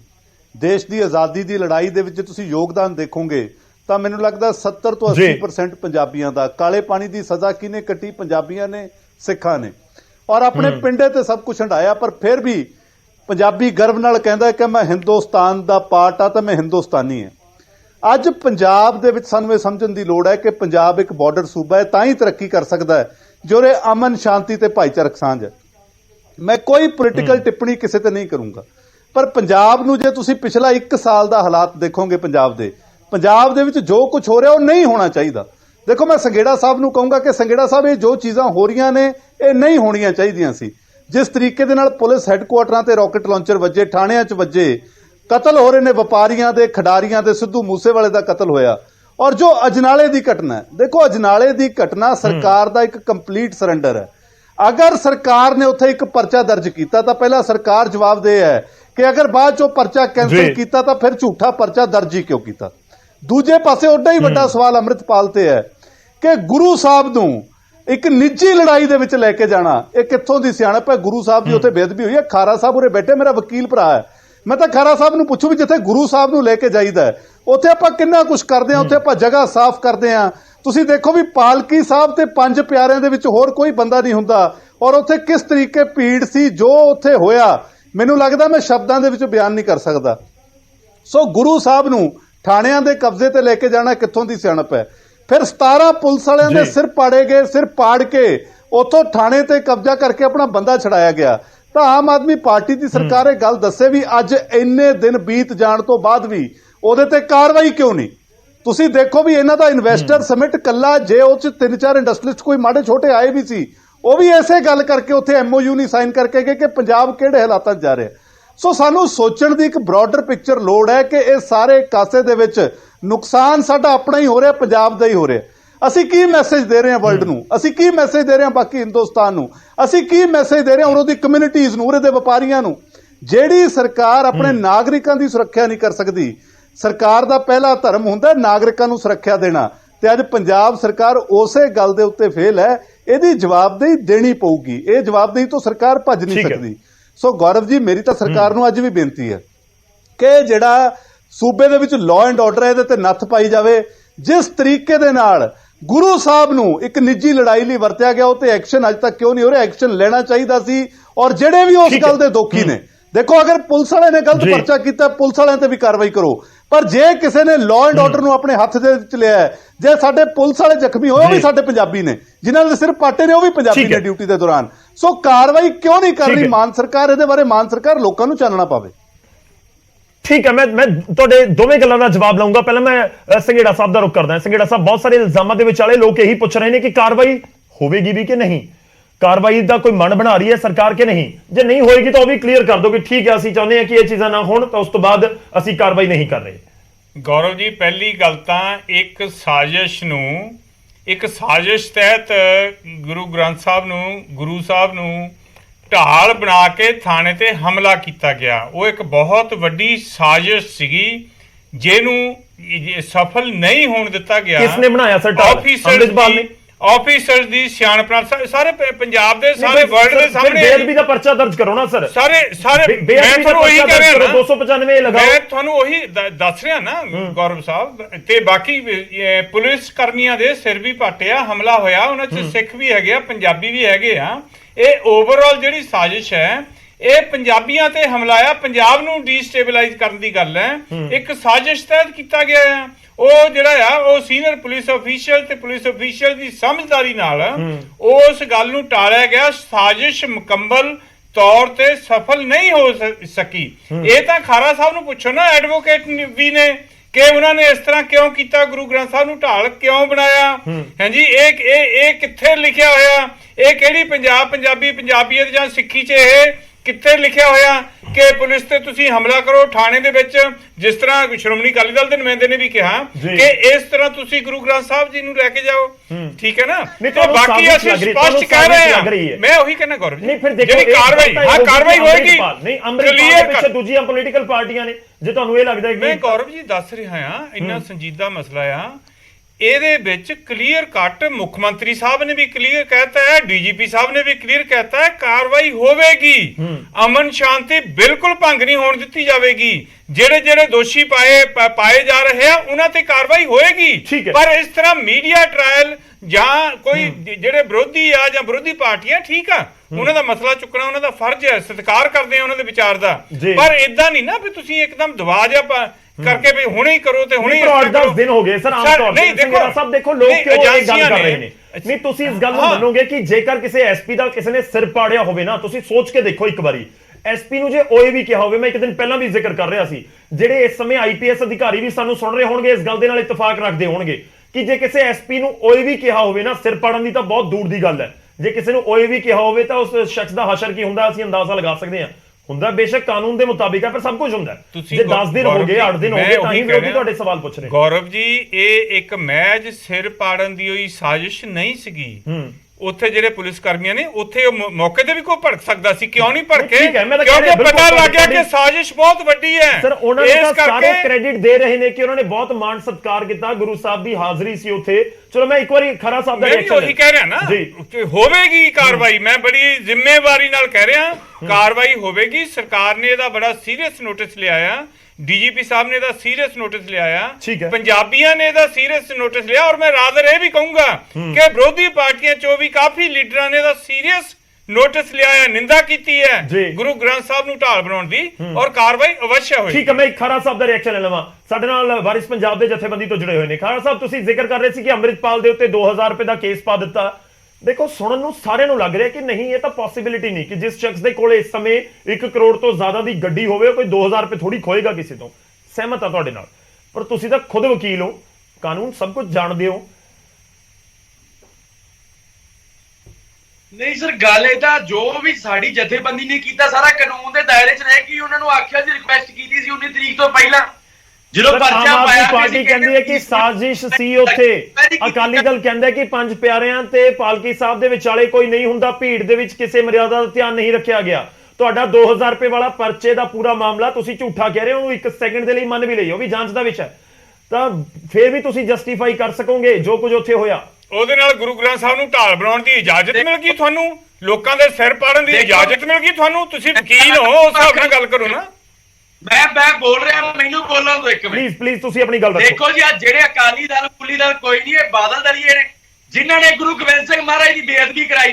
ਉਹ ਸਰਸੇ ਵਾਲੇ ਸਾਹ ਤੋਂ ਗੁਰੂ ਗੋਬਿੰਦ ਸਿੰਘ ਮਹਾਰਾਜ ਦਾ ਮਜ਼ਾਕ ਬਣਵਾਇਆ, ਕੈਂਸਲੇਸ਼ਨ ਰਿਪੋਰਟ ਦਾਇਰ ਕਰਾਈ 2012 ਦੇ ਵਿੱਚ, ਗੁਰੂ ਗ੍ਰੰਥ ਸਾਹਿਬ ਮਹਾਰਾਜ ਦੀ ਬੇਅਦਬੀ ਕਰਾਈ, ਸਿੰਘਾਂ ਨੂੰ ਸ਼ਹੀਦ ਕੀਤਾ ਬਾਈਬਲ ਕਲਾ, ਕੋਟਕਪੂਰੇ ਉੱਥੇ 307 ਦੇ ਵਿੱਚ ਇਹਨਾਂ ਨਾਂ ਵੀ ਆ ਗਏ ਨੇ। ਆ ਜੋ ਸਾਨੂੰ ਦੱਸਦੇ ਨੇ ਸਿੱਖੀ ਕੀ ਹੈ, ਕਿਵੇਂ ਹੈ, ਇਹਨਾਂ ਬਾਦਲ ਦਲੀਏ ਨੇ ਤਾਂ ਗੁਰੂ ਗ੍ਰੰਥ ਸਾਹਿਬ ਮਹਾਰਾਜ ਨੂੰ ਗਲੀਆਂ 'ਚ ਲਾਇਆ। ਇਹਨਾਂ ਕਰਕੇ ਗੁਰੂ ਗ੍ਰੰਥ ਸਾਹਿਬ ਮਹਾਰਾਜ ਉੱਥੋਂ ਜਿਹੜਾ ਬਰਗਾੜੀ ਪਿੰਡ ਆ ਉੱਥੋਂ ਜੋ ਲੈਟਰੀਨਾਂ ਦੇ ਵਿੱਚ ਵਰਕੇ ਕੱਢ, ਜਿਨ੍ਹਾਂ ਨੇ ਕੀ ਐਕਸ਼ਨ ਲਿਆ। ਖਰਾ ਸਾਹਿਬ, ਮੈਂ ਮਾਫੀ ਚਾਹੁੰਦਾ, ਮੈਂ ਵਿਚਾਲੇ ਰੋਕਣੇ ਆ। ਜਿਹੜੇ ਤੁਸੀਂ ਇਲਜ਼ਾਮ ਲਗਾ ਰਹੇ ਹੋ ਉਸ ਦੇ ਨਾਲ ਵੀ ਜਸਟੀਫਾਈ ਨਹੀਂ ਹੁੰਦਾ ਕਿ ਤੁਸੀਂ ਉੱਥੇ ਪਾਲਕੀ ਲੈ ਕੇ ਪਹੁੰਚ ਗਏ, ਉਸ ਦੇ ਨਾਲ ਵੀ ਜਸਟੀਫਾਈ ਸਰ ਨਹੀਂ ਹੁੰਦਾ ਹੈਗਾ। ਤੁਹਾਨੂੰ ਕੋਈ ਸਿੱਖੀ ਨਹੀਂ ਸਮਝਾ ਰਿਹਾ। ਅਕਾਲੀ ਦਲ ਵਾਲੇ ਆਪਣੀ ਗੱਲ ਦੇ ਉੱਪਰ ਜਵਾਬ ਦੇਣਗੇ, ਪਰ ਮੈਂ ਤਾਂ ਇਹ ਪੁੱਛ ਰਿਹਾ ਕਿ ਸਾਰੇ ਇਹੀ ਗੱਲ ਕਹਿੰਦੇ ਨੇ ਕਿ ਤੁਹਾਡੇ ਜਿਹੜੇ ਇਲਜ਼ਾਮ ਨੇ ਜਾਂ ਪਰਚੇ ਵਾਲੀ ਗੱਲ ਆ, ਉਹ ਸਾਰੀਆਂ ਗੱਲਾਂ ਤੁਸੀਂ ਕਾਨੂੰਨ ਦੇ ਮੁਤਾਬਿਕ ਕਰ ਰਹੇ ਹੋ, ਠੀਕ ਹੈ, ਫਰੀडम ਆਫ ਸਪੀਚ ਹੈ, ਪਰ ਫਿਰ ਵੀ ਜਸਟੀਫਾਈ ਨਹੀਂ ਹੁੰਦਾ ਕਿ ਤੁਸੀਂ ਉੱਥੇ ਪਾਲਕੀ ਸਾਹਿਬ, ਗੁਰੂ ਗ੍ਰੰਥ ਸਾਹਿਬ ਲੈ ਕੇ ਆੜ ਲੈ ਕੇ ਉੱਥੇ ਪਹੁੰਚ ਗਏ। ਨਹੀਂ ਗੌਰਵ ਜੀ, ਗੱਲ ਏਦਾਂ ਹੈ, ਜੋ ਸਿੱਖ ਕੌਮ ਦਾ ਪ੍ਰੋਸੈਸ਼ਨ ਹੈ ਉਹ ਖਾਲਸਾ ਵਹੀਰ ਦੇ ਰੂਪ ਵਿੱਚ ਨਿਕਲੇਗਾ। ਅਸੀਂ ਕਾਮਰੇਡਾਂ ਵਾਂਗੂ ਹਰੀਆਂ ਝੰਡੀਆਂ ਚੁੱਕ ਸਕਦੇ ਆ ਤੇ ਜਾਂ ਬੋਕਰਾਂ ਚੁੱਕ ਸਕਦੇ ਆ। ਇਹਨਾਂ ਵਾਂਗੂ ਸਾਡਾ ਜਿਹੜੀ ਜਥੇਬੰਦੀ ਦਾ ਜੋ ਆਗੂ ਆ ਅਮਰਧਾਰੀ ਸਿੰਘ ਆ, ਉਹਨੇ ਜੋ ਪ੍ਰੋਸੈਸ਼ਨ ਕਰਨਾ ਖਾਲਸਾ ਵਹੀਰ ਦੇ ਰੂਪ ਵਿੱਚ ਕਰਨਾ, ਤੇ ਖਾਲਸਾ ਵੀਰ ਗੁਰੂ ਪਾਤਸ਼ਾਹ ਦੀ ਅਗਵਾਈ ਵਿੱਚੋਂ ਨਿਕਲ ਨਹੀਂ ਸਕਦੀ। ਗੁਰੂ ਪਾਤਸ਼ਾਹ ਦੀ ਅਗਵਾਈ ਦਾ ਲਾਜ਼ਮੀ ਆ ਉੱਥੇ ਖਾਲਸਾ ਵੀਰ ਦੇ ਵਿੱਚ। ਤੇ 19 ਤਰੀਕ ਨੂੰ ਭਾਈ ਦੀਪ ਸਿੰਘ ਸਿੱਧੂ ਦੇ ਸਮਾਗਮ ਤੇ ਭਾਈ ਅਮਰਤਪਾਲ ਸਿੰਘ ਨੇ ਆਖਿਆ ਸੀ ਵੀ ਖਾਲਸਾ ਵਹੀਰ ਦੇ ਰੂਪ ਵਿੱਚ ਪ੍ਰੋਸੈਸ਼ਨ ਸ਼ਾਂਤਮਈ ਤਰੀਕੇ ਨਾਲ ਪੁਲਿਸ ਸਟੇਸ਼ਨ ਦੇ ਸਾਹਮਣੇ ਉਹ ਕੱਢਾਂਗੇ। ਇਹਨਾਂ ਨੇ ਬੈਰੀਕੇਡਿੰਗ ਕੀਤੀ, ਉੱਥੇ ਜਿੰਨਾ ਕਰਾਊਡ ਸੀ ਇਹਨਾਂ ਨੇ ਉਕਸਾਇਆ ਕਰਾਊਡ ਨੂੰ, ਆਮ ਆਦਮੀ ਪਾਰਟੀ ਨੇ। ਠੀਕ ਹੈ, ਚਲੋ ਮੈਂ ਤੁਹਾਡੇ ਕੋਲ ਵਾਪਸ ਆਉਣਾ। ਤੁਸੀਂ ਬਾਰ-ਬਾਰ ਇਲਜ਼ਾਮ ਲਗਾ ਰਹੇ ਹੋ। ਕੰਵਰ ਹਰਪ੍ਰੀਤ ਜੀ ਕੁਝ ਕਹਿਣਾ ਚਾਹ ਰਹੇ ਸੀ। ਵੇਖੋ ਗੱਲ ਇਹ ਹੈ, ਮੈਂ ਇੱਕ ਤਾਂ ਕਿਸੇ ਕਿਸਮ ਦੀ ਕੋਈ ਸਿਆਸੀ ਟਿੱਪਣੀ ਨਾ ਕਰਕੇ ਬੇਨਤੀ ਕਰਾਂ ਸੰਘੇੜਾ ਸਾਹਿਬ ਨੂੰ ਕਿ ਤੁਸੀਂ ਕਹਿ ਤਾਂ ਰਹੇ ਹੋ ਬਹੁਤ ਗਲਤ ਹੋਇਆ, ਬਹੁਤ ਮਾੜਾ ਕੰਮ ਹੋਇਆ। ਅੱਜ ਇੰਨੇ ਦਿਨਾਂ ਬਾਅਦ ਕਿਸੇ ਕਿਸਮ ਦੀ ਸਰਕਾਰ ਨੇ ਕੋਈ ਕਾਰਵਾਈ ਨਹੀਂ ਕੀਤੀ। ਮੇਰੀ ਹੱਥ ਜੋੜ ਕੇ ਬੇਨਤੀ ਹੈ, ਮੇਰੀ ਗੱਲ ਨੂੰ ਬਿਲਕੁਲ ਸਿਆਸੀ ਨਾ ਲਿਆ ਜਾਵੇ। ਇਹ ਪੰਜਾਬ ਦੇ ਭਲੇ ਵਿੱਚ ਸਭ ਤੋਂ ਪਹਿਲਾ ਕਦਮ ਤੁਹਾਡਾ ਇਹ ਹੋਣਾ ਚਾਹੀਦਾ ਕਿ ਕੋਈ ਨਾ ਕੋਈ ਉਹਦੇ ਉੱਤੇ ਜੋ ਬਣਦਾ ਪਰਚਾ ਦਰਜ ਕਰਕੇ ਤੇ ਕਾਰਵਾਈ ਸ਼ੁਰੂ ਕੀਤੀ ਜਾਵੇ ਤਾਂ ਕਿ ਲੋਕਾਂ ਵਿੱਚ ਇੱਕ ਚੰਗਾ ਮੈਸੇਜ ਜਾਵੇ। ਕਮਲ ਜੀ, ਮੈਂ ਵਿਚਾਲੇ ਤੁਹਾਨੂੰ ਇਸ ਕਰਕੇ ਰੋਕਨੇ ਆ, ਕਿਆ ਪਤਾ ਪਰਚਾ ਦਰਜ ਨਾ ਕਰਨਾ ਹੀ ਪੰਜਾਬ ਦਾ ਭਲਾ ਹੋਵੇ। ਦੇਖੋ ਤੁਸੀਂ ਇਹ ਗੱਲ ਕਹਿ ਤਾਂ ਰਹੇ ਹੋ, ਲੇਕਿਨ ਇੱਕ ਗੱਲ ਸਮਝ ਲਓ। ਨਹੀਂ ਦੇਖੋ, ਜਿਹੜੇ ਡੀਜੀਪੀ ਹੈ ਜਾਂ ਸੀਐਮ ਹੈ ਜਾਂ ਉਹਨਾਂ ਦੇ ਸਲਾਹਕਾਰ ਹੈ, ਉਹ ਬਹੁਤ ਕੁਝ ਸੋਚ ਰਹੇ ਹੋਣੇ ਆ ਨਾ। ਉਹਨਾਂ ਨੂੰ ਵੀ ਦੁੱਖ ਤਾਂ ਹੋ ਰਿਹਾ ਹੋਣਾ ਕਿ ਐਸਪੀ ਦੇ ਸਿਰ 'ਚ 11 ਟਾਂਕੇ ਲੱਗੇ ਹੋਏ ਨੇ, ਪੁਲਿਸ ਵਾਲਿਆਂ ਦਾ ਵੀ ਖੂਨ ਤਾਂ ਖੌਲ ਰਿਹਾ ਹੋਣਾ। ਯਾਰ ਇਕੱਲੇ ਪੁਲਿਸ ਵਾਲਿਆਂ ਦੀ ਗੱਲ ਨਹੀਂ ਹੈ, ਪੁਲਿਸ ਵਾਲਿਆਂ ਨੇ ਬਹੁਤ ਕੁਰਬਾਨੀਆਂ ਦਿੱਤੀਆਂ। ਪੰਜਾਬ ਦੀ ਅਮਨ ਸ਼ਾਂਤੀ ਤੇ ਖੁਸ਼ਹਾਲੀ ਨੂੰ ਕਾਇਮ ਰੱਖਣ ਤੇ ਵਾਪਸ ਲਿਆਉਣ ਦੇ ਵਿੱਚ ਪੁਲਿਸ ਦੀ ਬਹੁਤ ਵੱਡਾ ਯੋਗਦਾਨ ਹੈ। ਇੱਕ ਸਿਰ ਪੱਟਣਾ ਤਾਂ ਕੀ, ਇੱਥੇ ਤਾਂ ਕਿੰਨੀਆਂ ਜਾਨਾਂ ਗਵਾਈਆਂ ਪੁਲਿਸ ਵਾਲਿਆਂ ਨੇ ਆਪਣੇ ਪਰਿਵਾਰ ਬਾਰੇ ਹੈ। ਮੈਂ ਇਹ ਨਹੀਂ ਕਹਿ ਰਿਹਾ ਵੀ ਨਹੀਂ, ਮੈਂ ਇਹ ਕਹਿ ਰਿਹਾ ਕਿ ਆਉਂਦਾ ਜੋ ਸਮਾਂ ਜੋ ਸਾਨੂੰ ਨਜ਼ਰ ਆ ਰਿਹਾ, ਪੰਜਾਬ ਨੂੰ ਬਲਦੀ ਦੇ ਬੂਥੇ ਦੇਣ ਦੀਆਂ ਕੋਸ਼ਿਸ਼ਾਂ ਸਾਨੂੰ ਨਜ਼ਰ ਆ ਰਹੀਆਂ ਜੀ ਸਾਡੇ ਸਾਹਮਣੇ। ਸਾਨੂੰ ਇੱਕ ਆਪਣਾ ਭਵਿੱਖ ਜਿਹੜਾ ਇੰਨਾ ਕੁ ਅੰਧਕਾਰਮਈ ਨਜ਼ਰ ਆ ਰਿਹਾ, ਉਹ ਦੇਖਦਿਆਂ ਹੋਇਆ ਮੈਂ ਤਾਂ ਬੇਨਤੀ ਕਰ ਰਿਹਾ। ਅਸਲ ਦੇ ਵਿੱਚ ਜਿਹੜੀ ਗੱਲ ਤੁਸੀਂ ਮੇਰੀ ਟੋਕੀ ਸੀ, ਕਿਉਂ ਆਉਂਦਾ ਸਰ ਤੁਹਾਨੂੰ ਹਨੇਰਾ ਜਾਂ ਨਜ਼ਰ ਕਿਉਂ ਆ ਰਿਹਾ? ਮੈਂ ਦੱਸ ਦਿੰਦਾ। ਅੰਮ੍ਰਿਤਪਾਲ ਕਰਕੇ, ਇੱਕ ਸ਼ਖਸ ਕਰਕੇ? ਇੱਕ ਸ਼ਖਸ ਨਹੀਂ ਹੈ, ਮੈਂ ਦੱਸਦਾ। ਪਹਿਲਾਂ ਸੂਰਮੇ ਬਣ ਕੇ ਧਰਮ ਦੀ ਆੜ ਵਿੱਚ ਆਪਣੀ ਬਦਮਾਸ਼ੀ ਕਾਇਮ ਕਰਨ ਦੀ ਕੋਸ਼ਿਸ਼ ਕਰਨਾ, ਉਸ ਤੋਂ ਬਾਅਦ ਜੇ ਕਿਸੇ ਕਿਸਮ ਦਾ ਕੋਈ ਐਕਸ਼ਨ ਆਵੇ ਤਾਂ ਕਹਿਣਾ ਜੀ ਅਸੀਂ ਗੁਲਾਮ ਆ। ਇਹ ਜਿਹੜੀ ਇਹਨਾਂ ਦੀ ਮੋਡਸ ਆਪਰੈਂਡੀ ਹੈ ਨਾ, ਇਹ ਬਿਲਕੁਲ ਵੀ ਗੁਰੂ ਸਾਹਿਬ ਦੇ ਸਿਧਾਂਤਾਂ ਨਾਲ ਤਾਂ ਮੇਲ ਹੀ ਨਹੀਂ ਖਾਂਦੀ। ਮਸਲਾ ਇਸ ਗੱਲ ਦਾ ਹੈ, ਗੁਰੂ ਸਾਹਿਬ ਨੇ ਕਿਹਾ ਸੀ ਕਿ ਸਿੱਖੀ ਸਜਾਈ ਅੰਮ੍ਰਿਤ ਛਕਾਇਆ, ਉਹਨਾਂ ਨੇ ਸਰਬ ਸਾਂਝੀਵਾਲਤਾ ਦਾ ਤੇ ਸਰਬੱਤ ਦੇ ਭਲੇ ਦਾ ਸੁਨੇਹਾ ਦਿੱਤਾ।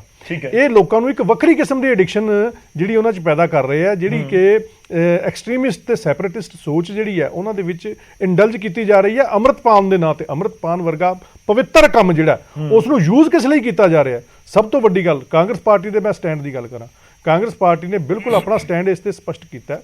ਸਾਡੇ ਪ੍ਰਧਾਨ ਅਮਰਿੰਦਰ ਸਿੰਘ ਰਾਜਾ ਵੜਿੰਗ ਨੇ ਅਕਾਲ ਤਖਤ ਵੱਲੋਂ ਕਾਇਮ ਕੀਤੀ 15 ਮੈਂਬਰੀ ਕਮੇਟੀ ਨੂੰ ਇਹ ਖਤ ਲਿਖ ਕੇ ਇਹ ਬੇਨਤੀ ਕੀਤੀ ਹੈ ਕਿ ਇਸ ਦੇ ਉੱਤੇ ਇੱਕ ਮੈਂ ਤੁਹਾਨੂੰ ਕਲੀਅਰ ਕਰ ਦਿਆਂ, ਇਸ ਦੇ ਉੱਤੇ ਛੋਟਾ ਜਵਾਬ ਰੱਖੋ, ਸਮਾਂ ਬਹੁਤ ਪੂਰਾ ਸੁਣ ਲਓ ਮੇਰੀ ਬੇਨਤੀ ਸੁਣ ਲਓ। ਇਸ ਦੇ ਉੱਤੇ ਜਲਦ ਤੋਂ ਜਲਦ ਐਕਸ਼ਨ ਲਿਆ ਜਾਵੇ ਕਿ ਕੀ ਇਹ ਜੋ ਕੀਤਾ ਗਿਆ ਗੁਰੂ ਗ੍ਰੰਥ ਸਾਹਿਬ ਦਾ ਉਪਯੋਗ ਕੀਤਾ ਗਿਆ, ਕਿਉਂਕਿ ਦੇਖੋ ਸਭ ਤੋਂ ਵੱਡੀ ਗੱਲ ਤਾਂ ਇਹ ਹੈ ਵੀ ਜੇ ਕਿਸੇ ਹੋਰ ਜਥੇਬੰਦੀ ਨੇ ਜਾਂ ਕਿਸੇ ਵੀ ਵਿਅਕਤੀ, ਹੁਣ ਇਹਨਾਂ ਨੇ ਅਕਾਲੀ ਦਲ ਦਾ ਨਾਮ ਲਿਆ ਸੀ ਖਾਰਾ ਸਾਹਿਬ ਨੇ, ਮੈਂ ਕਹਿੰਦਾ ਮੰਨ ਲਿਆ ਅਕਾਲੀ ਦਲ ਨੇ ਗਲਤੀਆਂ ਕੀਤੀਆਂ ਹੋਣਗੀਆਂ, ਕਾਂਗਰਸ ਨੇ ਕੀਤੀਆਂ ਹੋਣਗੀਆਂ, ਕਿਸੇ ਵਿਅਕਤੀ ਵਿਸ਼ੇਸ਼ ਨੇ ਕੀਤੀਆਂ ਹੋਣਗੀਆਂ, ਫਿਰ ਇਹਨਾਂ ਨੂੰ ਲਾਇਸੈਂਸ ਮਿਲ ਗਿਆ ਵੀ ਇਹ ਗੁਰੂ ਗ੍ਰੰਥ ਸਾਹਿਬ ਦਾ ਇਸ ਤਰ੍ਹਾਂ ਦਾ ਗਲਤ ਉਪਯੋਗ ਕਰਨ, ਕਿਤੇ ਵੀ ਲੈ ਕੇ ਚਲੇ ਜਾਣ, ਤੇ ਉਸ ਤੋਂ ਬਾਅਦ ਕਿਸੇ ਕਿਸਮ ਦੀ ਅਗਰ ਕੋਈ ਉਹਨਾਂ ਦੀ ਅਦਬ ਦੇ ਵਿੱਚ ਖੁਨਾਮੀ ਗਲਤੀ ਨਾਲ ਜਾਂ ਕੋਈ ਜਾਣਬੁੱਝ ਕੇ ਕਰ ਦਿੰਦਾ ਤੇ ਫਿਰ ਰੌਲਾ ਪੈ ਜਾਣਾ ਬੇਅਦਬੀ। ਠੀਕ, ਆਪਾਂ ਚਲੋ ਛੋਟਾ ਜਿਹਾ ਜਵਾਬ ਲੈ ਲਈ। ਖਾਰਾ ਜੀ ਜਵਾਬ ਦੇ ਦਿਓ ਪਲੀਜ਼।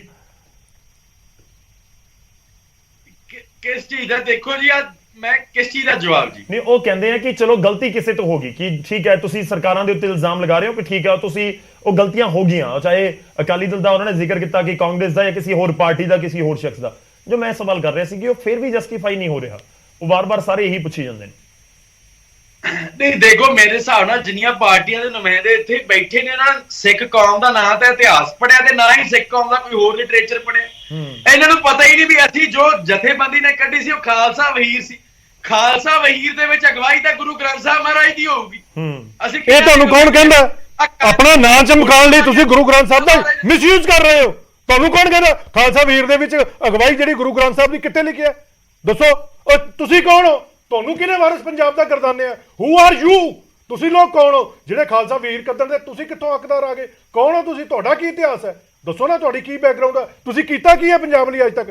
ਤੁਸੀਂ ਕਹਿੰਦੇ ਹੋ ਅਸੀਂ ਨਸ਼ੇ ਛਡਾਏ। ਨਸ਼ਾ ਮੈਂ ਆਪਣਾ ਪੰਜਾਬ 'ਚ ਪਹਿਲਾ ਡਰੱਗ ਫ੍ਰੀ ਪ੍ਰਿੰਟ ਡਿਕਲੇਅਰ ਕਰਾਇਆ। ਮੈਂ ਤਾਂ ਕੋਈ ਬੰਦੂਕਾਂ ਪਿਸਤੌਲਾਂ ਨਹੀਂ ਵਰਤੀਆਂ। ਮੈਂ ਤਾਂ ਕੋਈ ਗੁਰੂ ਗ੍ਰੰਥ ਸਾਹਿਬ ਦੇ ਪਿੱਛੇ ਖੜ ਕੇ ਕਿਸੇ ਕਿਸਮ ਦੀ ਕੋਈ ਐਕਟਿੰਗ ਨਹੀਂ ਕੀਤੀ ਜਿਹੜੀ ਤੁਸੀਂ ਕਰ ਰਹੇ ਹੋ। ਮੈਂ ਤਾਂ ਕੋਈ ਐਸੀ ਗੱਲ ਜਿਹੜੀ ਜਸਟੀਫਿਕੇਸ਼ਨ ਕਾਨੂੰਨੀ ਤੌਰ ਤੇ ਦਿੱਤੀ ਜਾ ਸਕੇ, ਕੋਈ ਐਸੀ ਗੱਲ ਨਹੀਂ ਕੀਤੀ ਜਿਹਦਾ ਮੈਂ ਇਹ ਮੈਨੂੰ ਕੱਲ ਨੂੰ ਆ ਕੇ ਕਹਿਣਾ ਪਵੇ ਕਿ ਹਾਂਜੀ ਆ ਮੈਂ ਤਾਂ ਕੀਤਾ ਕਿਉਂਕਿ ਮੈਂ ਅੰਮ੍ਰਿਤ ਛਕਾ ਰਿਹਾ ਸੀ, ਕਿਉਂਕਿ ਮੈਂ ਨਸ਼ੇ ਛਡਾ ਰਿਹਾ ਸੀ। ਯਾਰ ਨਸ਼ੇ ਛਡਾਉਣ ਦਾ ਆਹ ਤਰੀਕਾ ਹੁੰਦਾ? ਠੀਕ ਹੈ ਇਮਾਨ ਜੀ, ਛੋਟਾ ਜਿਹਾ ਸਟੇਟਮੈਂਟ ਦੇ ਦਿਓ ਸਰ, ਬਾਕੀ ਮਹਿਮਾਨਾਂ ਦਾ ਰੁਕ ਕਰਨਾ, ਸਮਾਂ ਬਹੁਤ ਪੂਰਾ ਆਪਣੇ। ਗੌਰਵ ਜੀ, ਇਮਾਨ ਸਿੰਘ ਖਾਰਾ ਜੀ। ਨਹੀਂ ਦੇਖੋ, ਇੱਕ ਨਾ ਬੜੀ ਜ਼ਿਆਦਾ ਅਜੀਬ ਜੀ ਇੱਕ ਚੀਜ਼ ਹੈ। ਮੇਰੇ ਵਰਗੇ ਮੁੰਨੇ ਘੱਤੇ ਵੀ ਜੋ ਇੱਕ ਅੰਮ੍ਰਿਤਧਾਰੀ ਸਿੰਘ ਭਾਈ ਅੰਮ੍ਰਿਤਪਾਲ ਸਿੰਘ ਨੂੰ ਸਵਾਲ ਕਰਦੇ ਆ ਵੀ ਖਾਲਸਾ ਵੀਰ ਕਿਵੇਂ ਕੱਢੀ ਦੀ ਹੈ, ਜਿਹੜੇ ਬੰਦੇ ਨੂੰ ਪਤਾ ਹੀ ਕੁਝ ਨਹੀਂ ਸਿੱਖ ਕੌਮ ਬਾਰੇ, ਜਿਹਦੇ ਬੰਦੇ ਨੂੰ ਇਤਿਹਾਸ ਹੀ ਨਹੀਂ ਪਤਾ, ਉਹ ਵੀ ਸਵਾਲ ਕਰਦੇ ਨੇ ਵੀ ਖਾਲਸਾ ਵੀਰ ਦਾ ਮਤਲਬ ਕੀ ਹੈ? ਵਹੀਰ ਹੁੰਦੀ ਹੈ ਜਿਵੇਂ ਵਹਿਣ ਚ ਤੁਰਨਾ, ਤੇ ਖਾਲਸੇ ਦਾ ਵਹਿਣ, ਤੇ ਖਾਲਸਾ ਜਦੋਂ ਕਾਟਾ ਕਰਕੇ ਚੱਲਦਾ ਤਾਂ ਗੁਰੂ ਗ੍ਰੰਥ ਸਾਹਿਬ ਮਹਾਰਾਜ ਦੀ ਗਵਾਹੀ ਚੱਲੂਗਾ। ਜੰਗਾਂ ਯੁੱਧਾਂ ਦੇ ਵਿੱਚ ਗੁਰੂ ਗ੍ਰੰਥ ਸਾਹਿਬ ਮਹਾਰਾਜ ਨੂੰ ਲੈ ਕੇ ਜਾਂਦੇ ਰਹੇ। ਠੀਕ ਹੈ ਖਾਰਾ ਜੀ, ਗੱਲ ਇਹ ਨਾ ਕਿ ਹੁਣ ਤੁਸੀਂ ਕਿਸੇ ਨੂੰ ਤਾਂ ਸਮਝਾ ਦਿਓ ਆਪਣੀ ਗੱਲ। ਕਿਹੜੇ ਜ਼ਮਾਨੇ ਦੀਆਂ ਗੱਲਾਂ? ਮੈਂ ਸੋਈ ਸਾਹਿਬ ਦੇ ਕਲੇਰ ਜੀ ਇੰਤਜ਼ਾਰ ਕਰ ਰਹੇ ਨੇ। ਇੱਕ ਗੱਲ ਕਹਿਣੀ ਚਾਹਣਾ ਗੌਰਵ ਜੀ, ਈਵਨ ਜਦੋਂ ਖਾਲਿਸਤਾਨ ਦੀ ਮੂਵਮੈਂਟ ਜਾਂ ਪੰਜਾਬ 'ਚ ਆਪਰੇਸ਼ਨ ਬਲੂ ਸਟਾਰ ਵੀ ਹੋਇਆ, ਭੜਕਾਹਟ ਵੀ ਪੈਦਾ ਹੋਈ ਆ, ਅਕਾਲੀ ਦਲ ਦਾ ਮੋਰਚਾ ਵੀ ਟਵਿਸਟ ਕੀਤਾ ਗਿਆ, ਮੈਂ ਉਹ ਸਾਰਾ ਕੁਝ ਅੱਖੀਂ ਦੇਖਿਆ ਔਰ ਪਿੰਡੇ ਤੇ ਹੰਡਾਇਆ। ਮੇਰੇ ਨਾਲ ਦੇ ਕੁਝ ਦੋਸਤ ਜਿਹੜੇ ਕਿਸੇ ਪਾਸੇ ਵੀ ਇਨਵੋਲਵ ਨਹੀਂ ਸੀ, ਪ੍ਰਵੋਕ ਹੋ ਕੇ ਉਹਨਾਂ ਵਿੱਚੋਂ ਸਭ ਤੋਂ ਵੱਧ ਜੇਲ੍ਹਾਂ ਕੱਟਣ ਵਾਲੇ ਵਿਅਕਤੀ ਨੇ।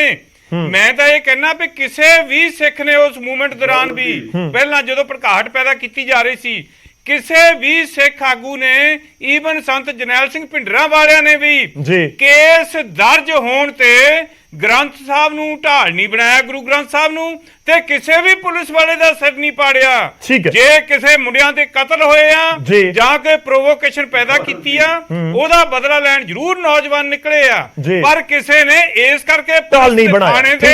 ਹਮਲਾ ਨਹੀਂ ਕੀਤਾ ਜਿਸ ਤਰ੍ਹਾਂ ਅੱਜ ਕੱਲ੍ਹ ਭੜਕਾਹਟ ਪੈਦਾ ਕੀਤੀ ਜਾ ਰਹੀ ਹੈ। ਮੈਂ ਸੋਈ ਸਾਹਿਬ ਦਾ ਰੁਕ ਕਰਨਾ। ਸੋਈ ਸਾਹਿਬ ਕੁਝ ਕਹਿਣਾ ਵੀ ਜਾ ਰਹੇ ਨੇ।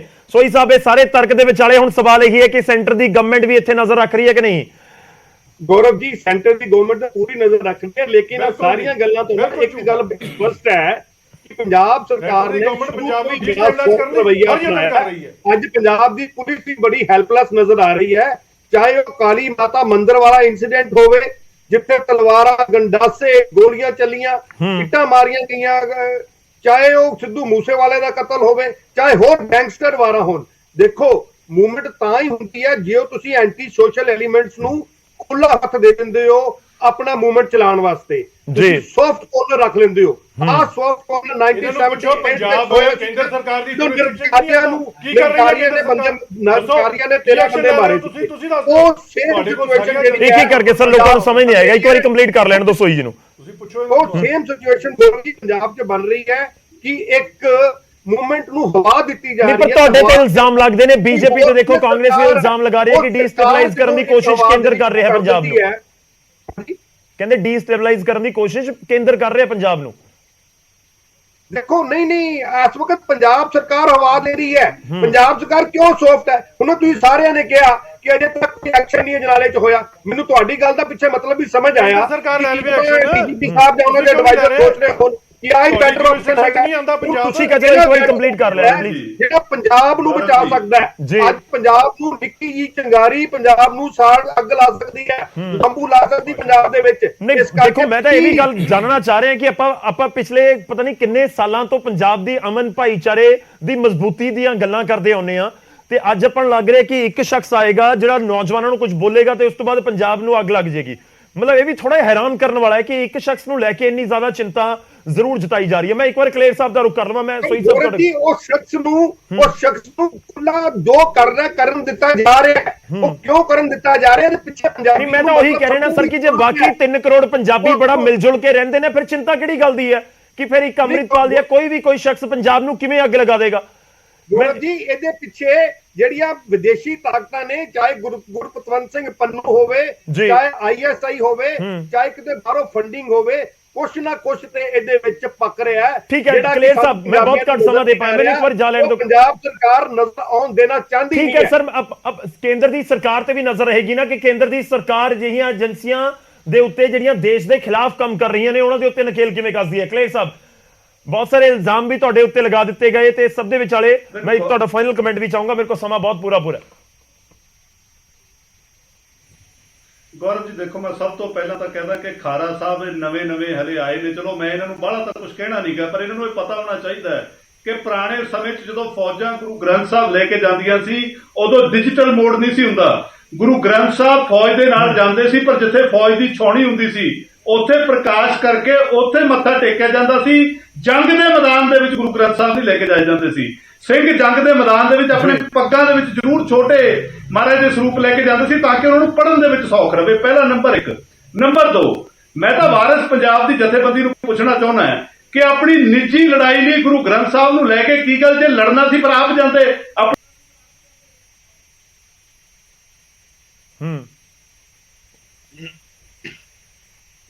ਕਲੇਰ ਸਾਹਿਬ ਤੁਹਾਡੀ ਆਵਾਜ਼ ਨਹੀਂ ਪਹੁੰਚ ਰਹੀ ਸਰ ਤੱਕ, ਮੈਨੂੰ ਲੱਗ ਰਿਹਾ ਕਿ ਤਕਨੀਕੀ ਖਾਮੀ ਹੈ। ਖਾਰਾ ਸਾਹਿਬ ਤੁਹਾਡਾ ਇੱਕ ਫਾਈਨਲ ਕਮੈਂਟ ਸਰ, ਬਹੁਤ ਛੋਟਾ ਜਿਹਾ ਰੱਖਿਓ ਪਲੀਜ਼, ਮੇਰੇ ਕੋਲ ਸਮਾਂ ਖਤਮ ਹੋ ਰਿਹਾ। ਨਹੀਂ ਜੀ ਦੇਖੋ, ਮੈਨੂੰ ਤਾਂ ਪਤਾ ਨਹੀਂ ਇਹ ਕਿਹੜੀਆਂ ਕਿਤਾਬਾਂ 'ਚੋਂ ਵੇਰਵੇ ਦਿੰਦੇ ਨੇ ਕਿ ਬੈਠੇ ਇਤਿਹਾਸ ਆਪਦੇ ਕੋਲੇ ਜਿੰਨੇ ਵੀ ਤੇ ਨੁਮਾਇੰਦੇ ਬੈਠੇ ਨੇ ਸਿਰ 'ਚ ਲੈਂਦੇ ਨੇ, ਉਦੋਂ ਦਾ ਨਹੀਂ ਹੁੰਦਾ, ਉਦੋਂ ਨਹੀਂ ਹੁੰਦਾ। ਮੈਂ ਤੁਹਾਨੂੰ ਮਾਫੀ ਚਾਹੁੰਦਾ ਵਿਚਾਲੇ ਰੁਕ ਗਿਆ। ਵਾਰਿਸ ਪੰਜਾਬ ਦੇ ਜਥੇਬੰਦੀ ਨੂੰ ਇਹ ਕਿਉਂ ਲੱਗ ਰਿਹਾ ਹੈ ਕਿ ਬਾਕੀਆਂ ਨੂੰ ਸਿੱਖ ਇਤਿਹਾਸ ਜਾਂ ਸਿੱਖ ਮਰਿਆਦਾ ਦਾ ਨਹੀਂ ਪਤਾ, ਸਿਰਫ ਤੁਹਾਨੂੰ ਹੀ ਪਤਾ? ਇਹ ਕਿਉਂ ਤੁਹਾਨੂੰ ਲੱਗ ਰਿਹਾ ਹੈ? ਬਹੁਤ ਵਿਦਵਾਨ ਬੈਠੇ ਨੇ ਸਰ, ਸਿੱਖ ਕੌਮ ਦੀ ਗੁਲਾਮੀ ਦੀਆਂ ਗੱਲਾਂ ਕਰ ਰਹੇ ਨੇ।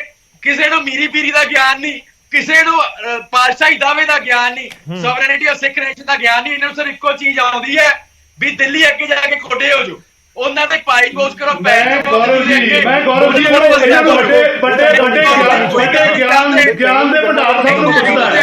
ਗੌਰਵ ਜੀ ਇੱਕ ਮਿੰਟ ਇਹਨੂੰ ਇਹ ਦੱਸੋ ਕਿ ਗੁਰੂ ਗ੍ਰੰਥ ਸਾਹਿਬ ਦੇ ਵਿੱਚ ਕਿਤੇ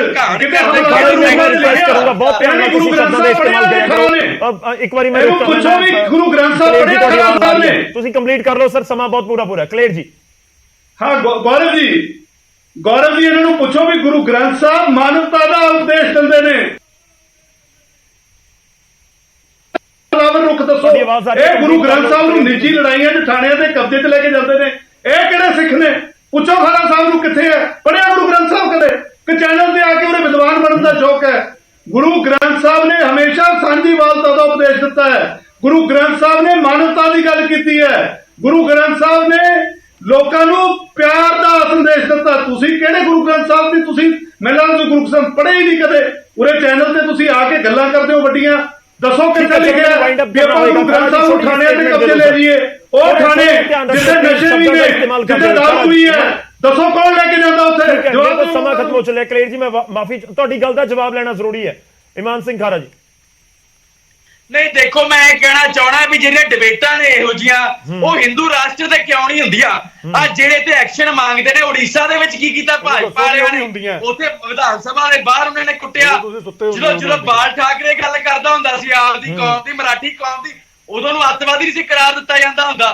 ਪਰ ਅੱਜ ਇਹ ਬੰਦੇ ਜਿਹੜੇ ਮੈਂ ਨਹੀਂ ਸਮਝਦਾ ਨਾ, ਸਿਰਾਂ ਤੇ ਜਿਹੜੀਆਂ ਪੱਗਾਂ ਸਜਾਈਆਂ ਨੇ, ਇਹਨਾਂ ਪੱਗਾਂ ਹੀ ਸਿਰ ਫਸਾਏ ਨੇ। ਇਹ ਅੱਜ ਆਪਦੀ ਕੌਮ ਦੇ ਵਿਰੁੱਧ ਐਕਸ਼ਨ ਮੰਗਦੇ। ਠੀਕ ਹੈ, ਮੇਰੇ ਕੋਲ ਸਮਝ ਆ ਸਭ ਕਾਰਵਾਈ ਵਾਲਾ ਕੋਈ ਆਪਣੇ ਆਪ ਨੂੰ ਸਿੱਖ ਕਹਿੰਦੇ ਕਾਰਵਾਈ ਵਾਲੀ ਬਾਰ-ਬਾਰ ਗੱਲ ਉੱਠ ਰਹੀ ਹੈ। ਸੰਘੇੜਾ ਸਾਹਿਬ ਬੜੀ ਫਾਈਨਲ ਛੋਟੀ ਸਟੇਟਮੈਂਟ 20 ਸੈਕਿੰਡ। ਸਿੱਖ ਫਲਸਫਾ ਜਿਹੜਾ ਹੈ ਨਾ, ਸਿੱਖ ਫਲਸਫਾ, ਮੈਨੂੰ ਤਾਂ ਬੜਾ ਦੁੱਖ ਹੋ ਰਿਹਾ ਖਾਰਾ ਸਾਹਿਬ ਕੀ ਬੋਲ ਰਹੇ ਨੇ।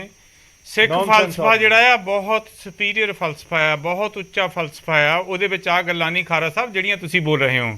ਰਹੀ ਗੱਲ ਗੌਰਵ ਜੀ ਤੁਹਾਡੇ ਸਵਾਲ ਦੀ, ਪੰਜਾਬ ਦੇ ਵਿੱਚ ਅਮਨ ਸ਼ਾਂਤੀ ਕਾਇਮ ਹੈ।